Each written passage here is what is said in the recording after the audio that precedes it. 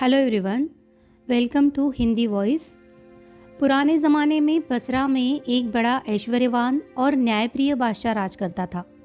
उसे सब कुछ प्राप्त था, किंतु उसे बहुत दिनों तक कोई संतान नहीं हुई, जिससे वह बहुत दुखी रहता था। नगर निवासी भी बादशाह के साथ मिलकर भगवान से प्रार्थना किया करते थे कि राजकुमार का जन्म हो। अंत में भगवान ने उन सब की बात सुनी और मलिका को गर्भ रहा और 9 महीने बाद उसके एक पुत्र पैदा हुआ। उसका नाम रखा गया जैनुस्सनम। बादशाह ने अपने राज्य के सभी प्रख्यात ज्योतिषियों को बुलाकर आज्ञा दी कि शहजादे का भविष्य पूर्ण रूपेण बताए। सब ने उसकी जन्मपत्री अलग अलग बनाई, किंतु सब ने बाद में एक मत होकर कहा कि यह शहजादा बड़ा साहसी और प्रतापवान होगा और अपनी पूर्ण आयु को भोगेगा, किंतु इसके सामने जीवन में कई खतरे आएंगे। बादशाह ने कहा, इसमें तो चिंता की कोई बात नहीं है। जो साहसी होता है वह खतरों का सामना करता ही है। फिर बादशाहों का तो काम ही है कि खतरों से जूझे।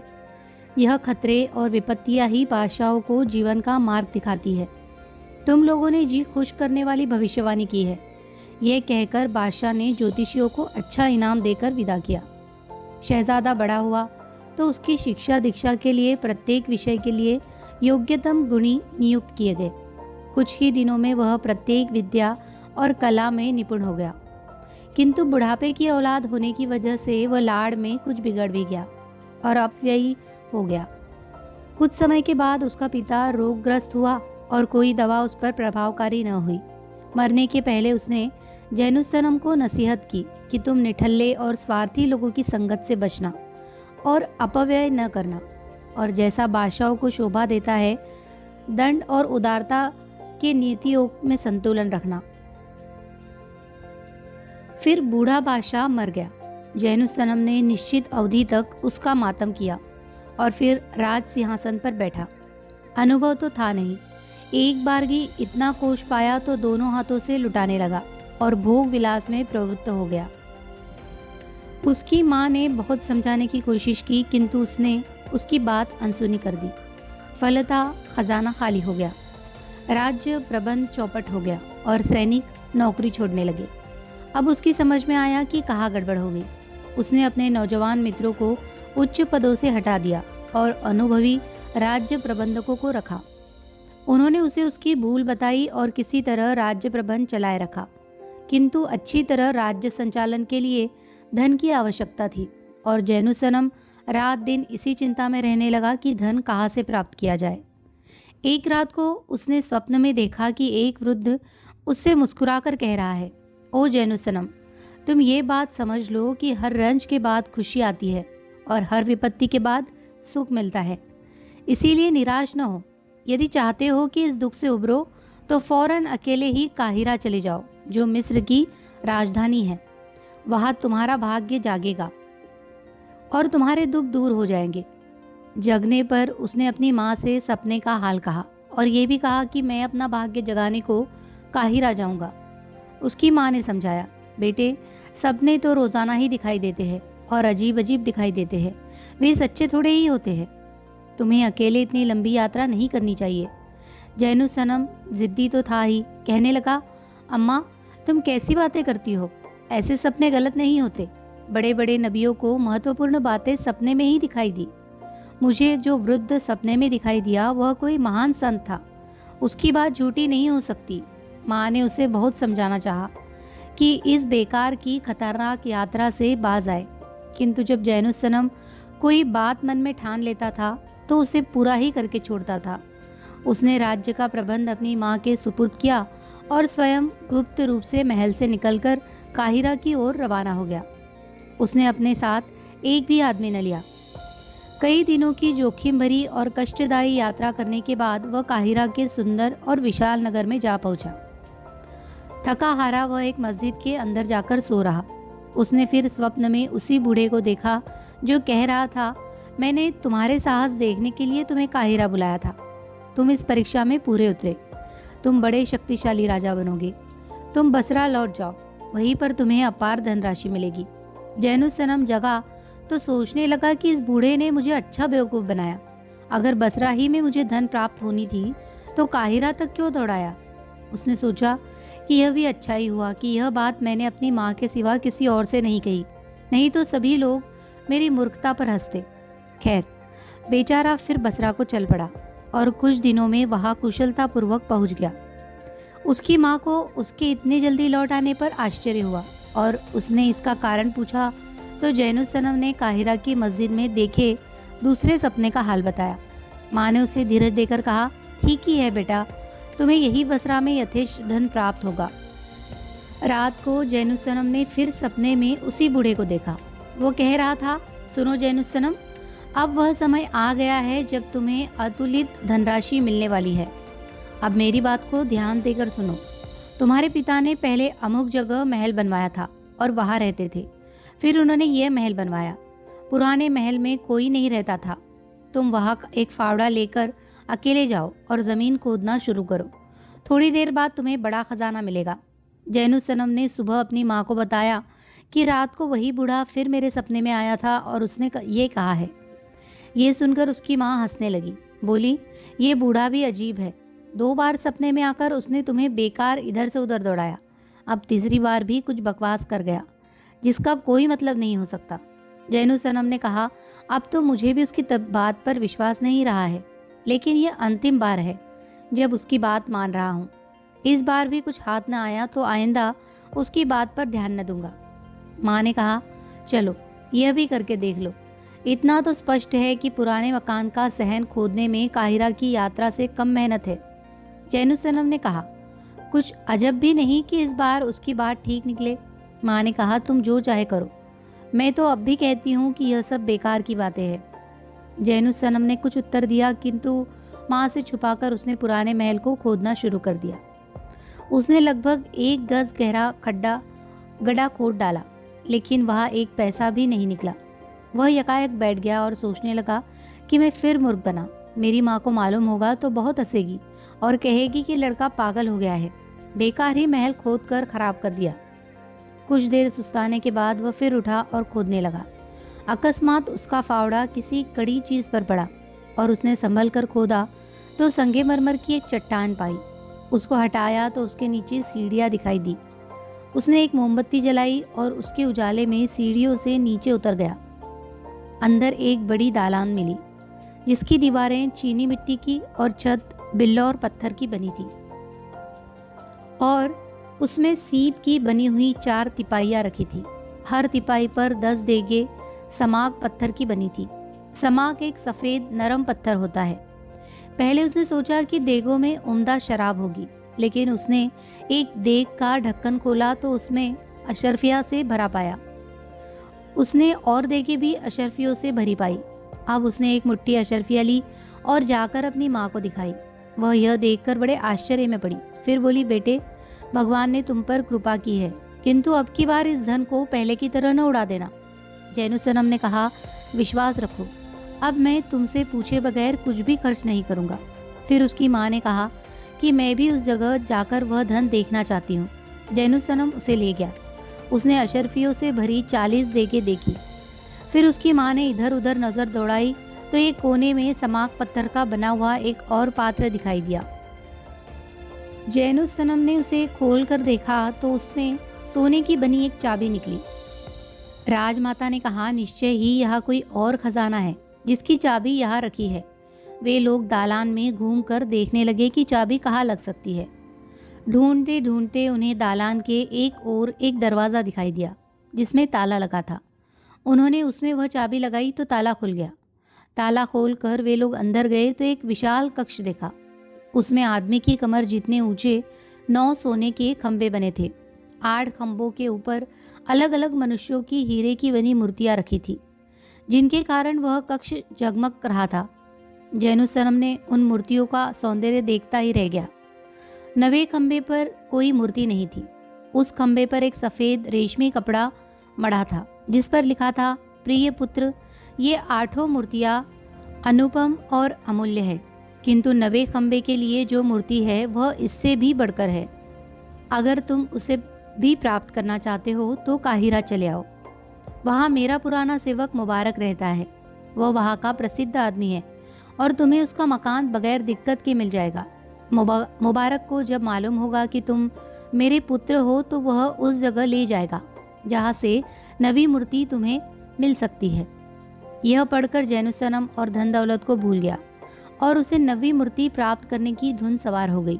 उसने अपनी माँ से कहा, अम्मा, अब मैं नवी मूर्ति पाए बगैर नहीं रह सकता, मैं फिर काहिरा जाऊंगा। उसकी माँ बोली, अब मैं तुम्हें कैसे रोक सकती हूँ? तुम ऐसे महान सिद्ध के आदेश पर काम कर रहे हो जो सर्वज्ञ है। तुम्हें उसके आदेश के पालन से कोई हानि नहीं हो सकती। तुम राज्य प्रबंध की भी चिंता न करो, मैं मंत्री की सहायता से सब संभाल लूंगी।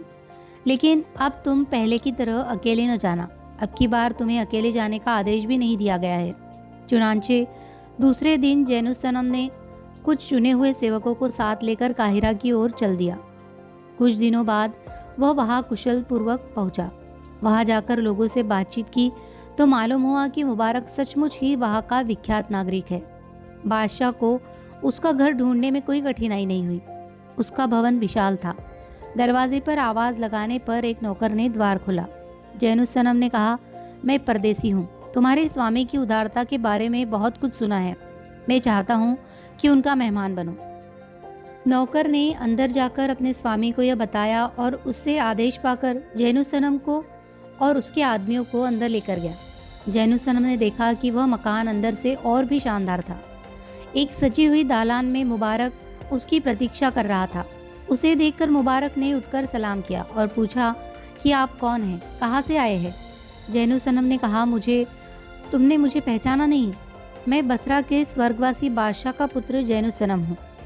मुबारक ने कहा, मैं तो स्वर्गवासी बसरा नरेश का क्रीतदास हूँ, लेकिन मैंने आपको नहीं देखा। आपकी उम्र कितनी होगी? जैनुसनम ने कहा, मैं 20 वर्ष का हूँ। मुबारक ने कहा, ठीक है, मैं 22 वर्ष पूर्व बसरा से यहाँ आया था, लेकिन फिर भी मैं आश्वस्त हो जाना चाहता हूँ कि आप उसी बादशाह के पुत्र हैं। क्या आप कोई बात ऐसी बता सकते हैं जिससे इस विषय में मेरी तसल्ली हो जाए? जैनुसनम ने कहा, कुछ दिन पहले एक स्वप्न देखकर मैंने अपने पिता के पुराने महल में खुदाई की थी। मुझे उसमें अशर्फियों से भरी हुई 40 देगें मिली। मुबारक ने पूछा कि आपने इन देगों के अलावा और कुछ देखा? जैनुसनम ने कहा, एक सोने की चाबी से मैंने एक दरवाज़ा खोला तो उस कक्ष में मैंने 8 स्वर्ण स्तंभों पर रखी हुई मानवाकार हीरे की मूर्तियां को देखा। नवाखंबा भी सोने का था, किंतु उस पर कोई मूर्ति नहीं थी। उस पर एक सफ़ेद रेशमी कपड़ा मढ़ा था, जिस पर मेरे पिता की हस्तलिखी में लिखा था कि नवी मूर्ति सबसे अच्छी है और अगर तुम उसे पाना चाहो तो काहिरा में मुबारक के पास जाओ।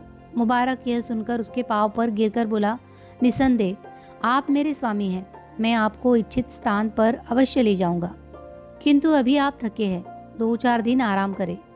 मैंने काहिरा के प्रमुख व्यक्तियों को भेज दिया है, आप भी वही चले। जैनुसनम ने सहर्ष यह स्वीकार कर लिया। मुबारक उसे भोज स्थान पर ले गया और स्वयं सेवकों की भांति बादशाह जैनुसनम के पास खड़ा रहा। वहां उपस्थित लोग ताज्जुब से देखने और एक दूसरे से पूछने लगे कि ये कौन है जिसकी मुबारक दासों की भांति सेवा कर रहा है।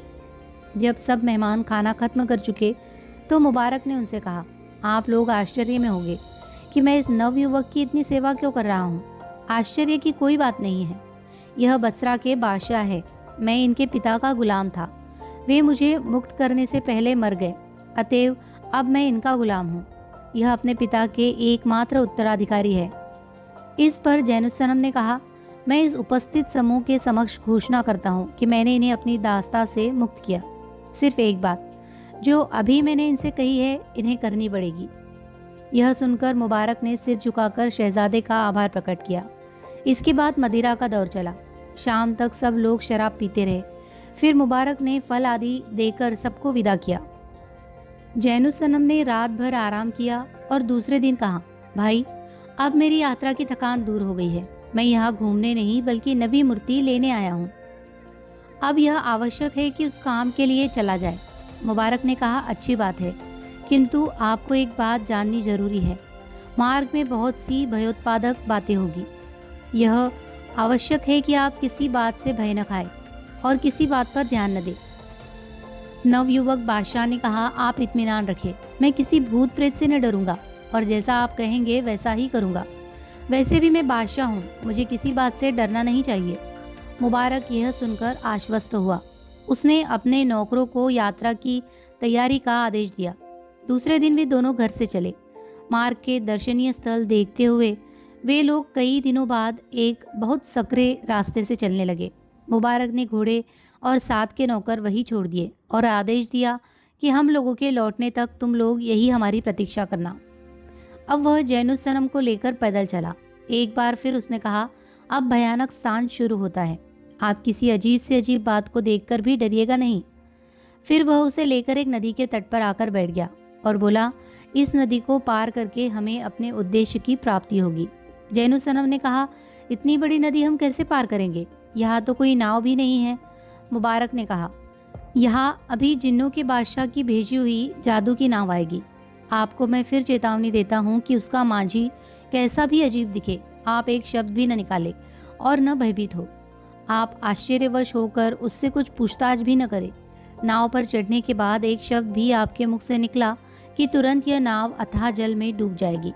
जैनुसनम ने कहा, मैं बिल्कुल चुप रहूंगा, और भी जो बातें ज़रूरी हो वह आप मुझे बता दें ताकि मैं उनका ध्यान रखूं।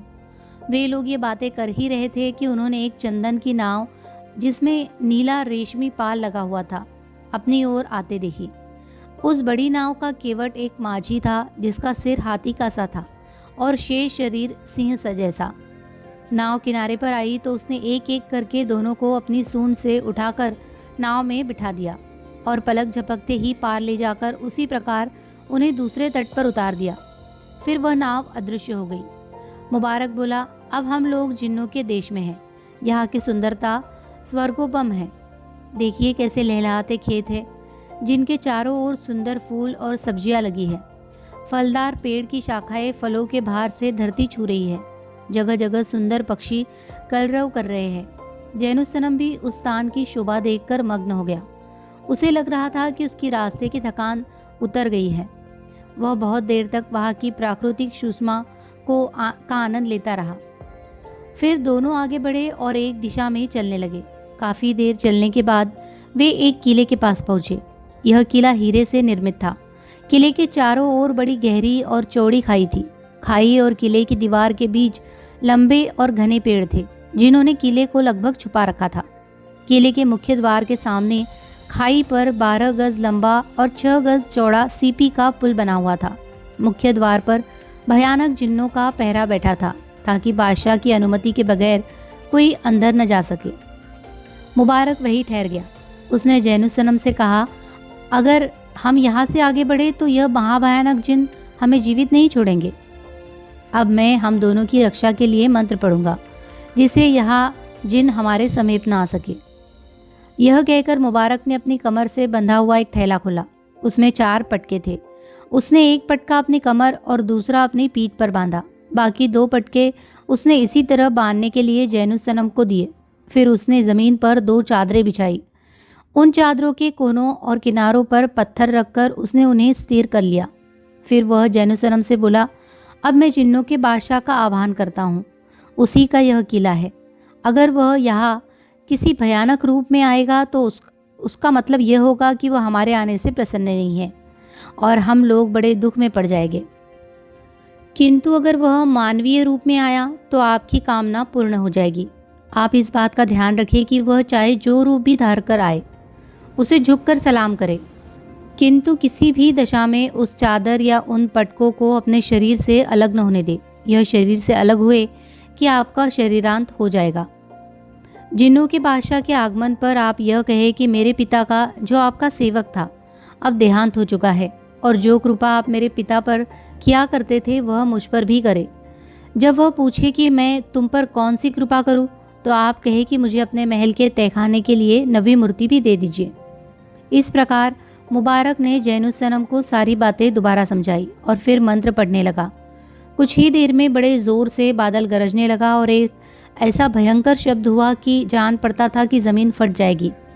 जैनुसनम यह कांड देखकर बहुत डरा।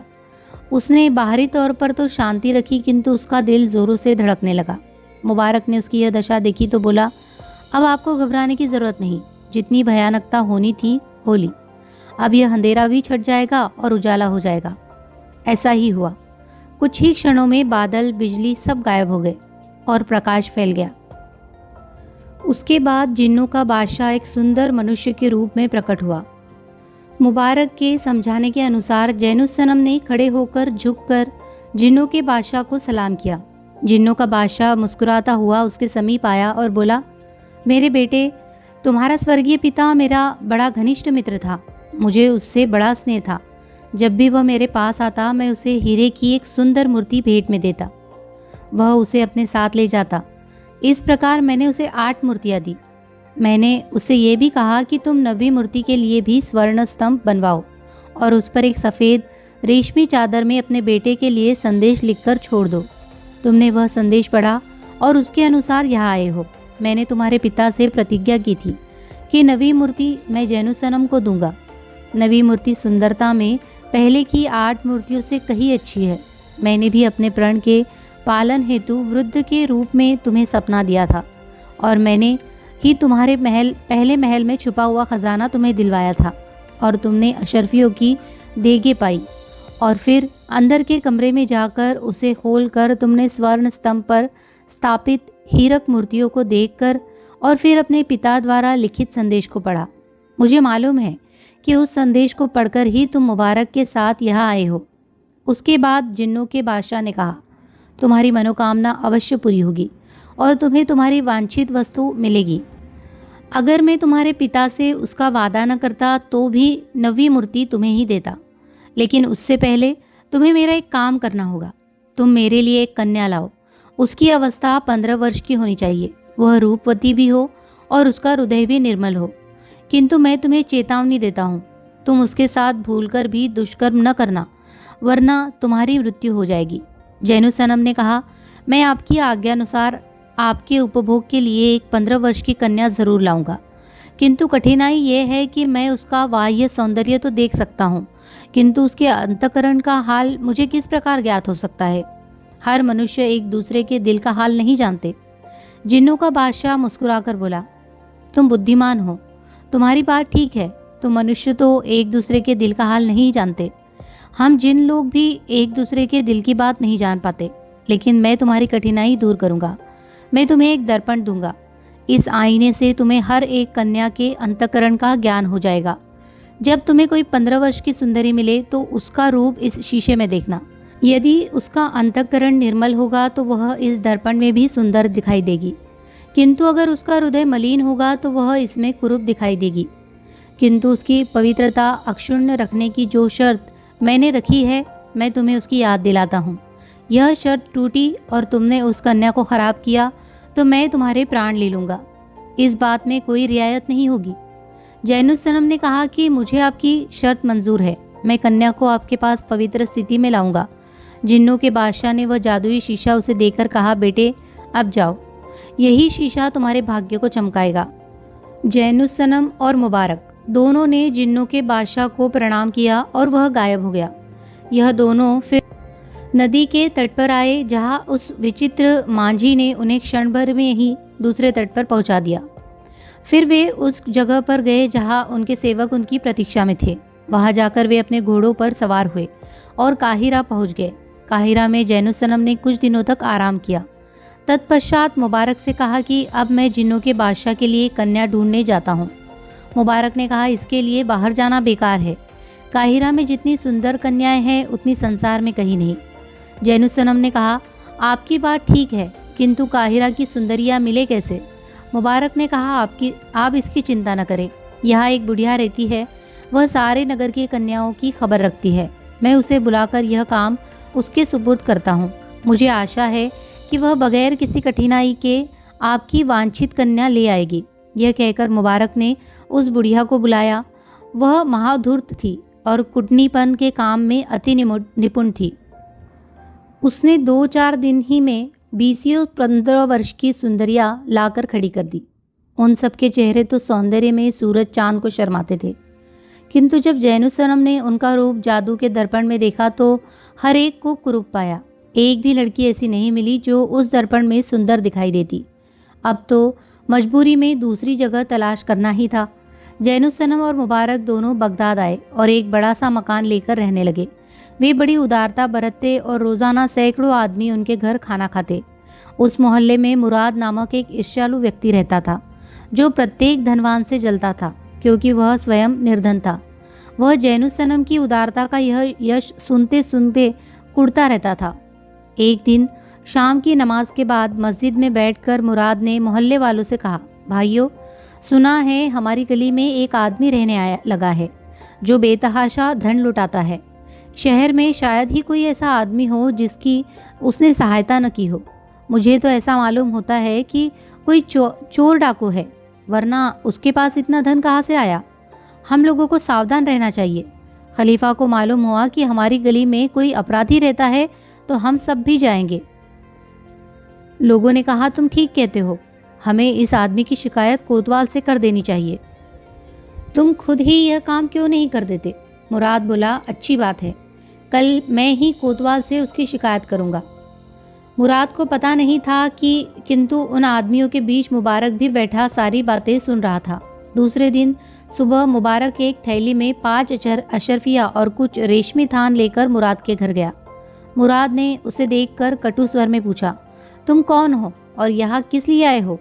मुबारक ने अत्यंत विनम्रता से कहा कि हम 2 परदेसी हैं जो आपके पड़ोस में रहने लगे हैं।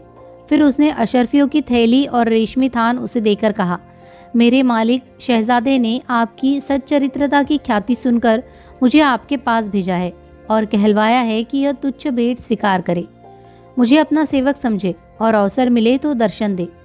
यह सुनकर मुराद बिल्कुल पिघल गया। उसने कहा, शहजादे से कहिए कि मैं इस बात पर बड़ा लज्जित हूँ कि अभी तक आपकी भेंट को ना आ सका, कल ज़रूर आऊँगा। फिर नमाज के बाद मस्जिद में उसने मोहल्ले वालों से कहा, उस उदार व्यक्ति के बारे में मुझे भ्रम था, अब मुझे मालूम हुआ है कि वह चोर डाकू नहीं बल्कि किसी देश का राजकुमार है। अब उसकी शिकायत कोतवाल से करने का कोई मतलब नहीं है। अन्य लोगों ने भी मुराद से सहमति प्रकट की। दूसरे दिन मुराद अच्छे कपड़े पहनकर जैनुसनम के पास गया। जैनुसनम ने उसकी बहुत खातिर तवाज़ो की। मुराद ने पूछा, आप इस नगर में किस उद्देश्य से आए हैं? जैनुसनम ने कहा, मैं एक 15 वर्ष की अत्यंत रूपवती कन्या चाहता हूँ, जिसका मन भी उतना ही निर्मल हो जितना उसका मुख। मुराद ने कहा, ऐसी कन्या का मिलना कठिन है, किंतु मेरी जानकारी में एक ऐसी लड़की है। उसका पिता एक भूतपूर्व राज्य मंत्री है। उसने अपनी बेटी की संपूर्ण शिक्षा दीक्षा खुद की है। वह कन्या अनिद्य सुंदरी भी है। चाहेंगे तो उसका पिता उसका हाथ सहर्ष आपके हाथ में दे देगा। जैनुसनम ने कहा, लेकिन मैं उसे पहले खुद देखूंगा। मुझे शरीर के सौंदर्य के साथ मन का सौंदर्य भी चाहिए। मुराद बोला, मुख दिखाने की बात तो मैं तय कर दूंगा, किंतु आप उसके स्वभाव को कैसे जानेंगे? स्वभाव तो बहुत दिन साथ रहने पर ही जाना जाता है। जैनुसनम ने कहा, मैं किसी का मुख देखकर ही उसके मन की बात जान लेता हूँ। मुराद ने कहा कि मैं आज ही जाकर उस लड़की के पिता से बात करता हूँ। दूसरे दिन मुराद के साथ जाकर जैनुसनम कन्या के पिता से मिला। भूतपूर्व मंत्री ने जैनुसनम के परिवार आदि के बारे में पूछताछ कर अपनी पुत्री के विवाह की सहमति प्रकट की और पुत्री को बुलाकर कहा, बेटी, 2 क्षणों के लिए इन्हें अपना चेहरा दिखा दो। लड़की ने चेहरे से नकाब उठाया तो जैनुसनम उसका रूप देखकर चकाचौंध हो गया और सोचने लगा कि यह तो मेरी ही होकर रहे तो अच्छा है। फिर उसने जादुई शीशे में उसका चेहरा देखा। दर्पण में भी वह पूर्ण सुंदरी दिखाई दी, यानी जैनुसनम को ऐसी ही लड़की मिल गई है जैसी ढूंढने वह निकला था। दोनों का विवाह तय हो गया। दोनों 4 दिनों में भूतपूर्व मंत्री ने काजी और गवाहों को बुलाकर निकाह पढ़वा दिया। जैनुसनम ने लाखों के जेवर चढ़ावे में दिए और भूतपूर्व मंत्री ने भी भारी दहेज देकर कन्या को विदा कर दिया। जैनुसनम ने भी इस विवाह के उपलक्ष्य में बगदाद के प्रमुख व्यक्तियों को भोज दिया। फिर मुबारक ने उससे कहा कि अब हमें यहाँ रहने की आवश्यकता नहीं है, वापस काहिरा चलना चाहिए। जैनुसनम ने कहा, भाई, अब मेरा काहिरा जाने को जी नहीं चाहता। वहाँ जाकर अपनी पत्नी को मुझे जिन्नों के बादशाह को दे देना पड़ेगा। मैं चाहता हूँ कि उसे लेकर अपने देश चला जाऊँ और उसके साथ आराम से रहूँ। मुबारक ने कहा, ऐसी बात मन में भी न लाइए। याद रखिए कि जिन्नों के बादशाह से जो प्रतिज्ञा आपने की है उसे भंग किया तो वह आपको जीवित नहीं छोड़ेगा। आप अपनी पत्नी के साथ जीवन शुरू करने से पहले ही काल के ग्रास बन जाएंगे। अब आपके लिए यही उचित है कि अपने चित्त को दृढ़ करें और अपनी इच्छाओं पर संयम रखकर इस कन्या को जिन्नों के बादशाह को सौंप दे। उसके प्रसन्न रहने ही में आपकी हर तरह भलाई है। जैनुसनम ने कुछ देर विचार करके कहा, आपकी बात बिल्कुल ठीक है। मैंने तय किया है कि इस कन्या के साथ शारीरिक संपर्क नहीं करूंगा, किंतु संभव है कि बाद में मेरा चित्त डावाडोल हो जाए। इसीलिए आप इस कन्या को अपने जिम्मे रखें और रास्ते भर मुझे उसका मुंह न देखने दें।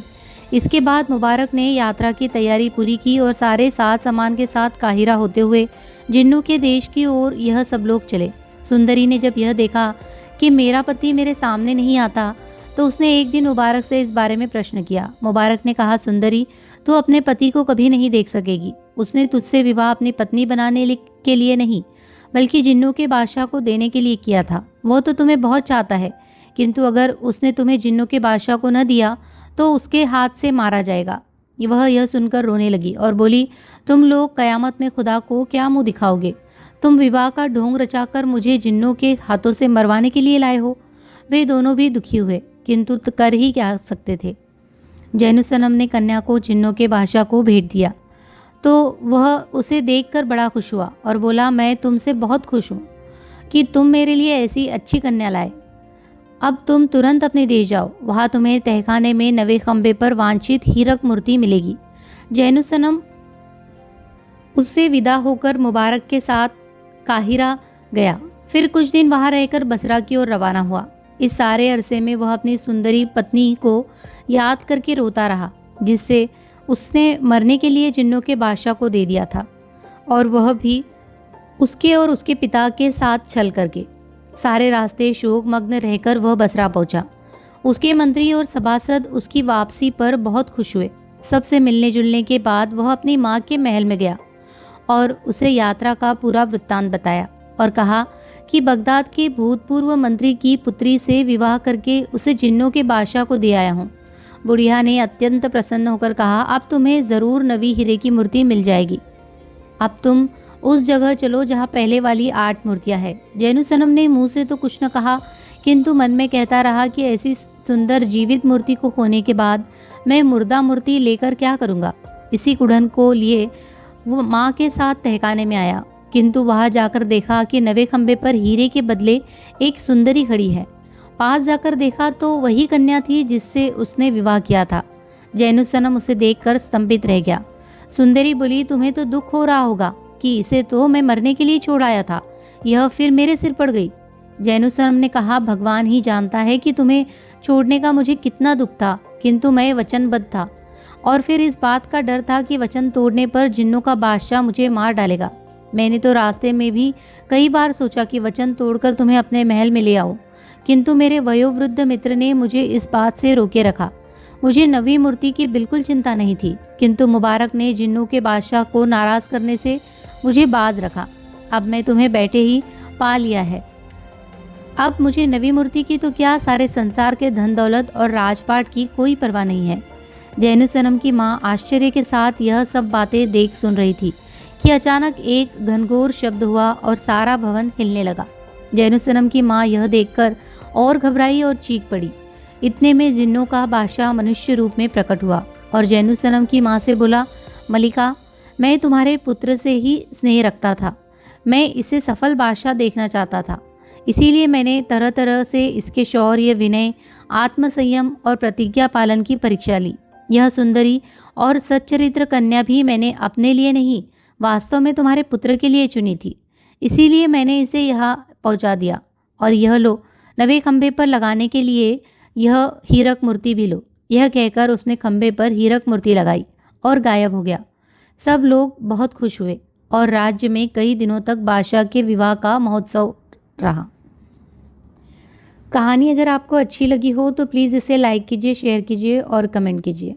और शहज़ादा खुदादाद और दरियाबार की शहज़ादी की कहानी सुनने के लिए अलिफ लैला की अगली कहानी सुनिए। धन्यवाद।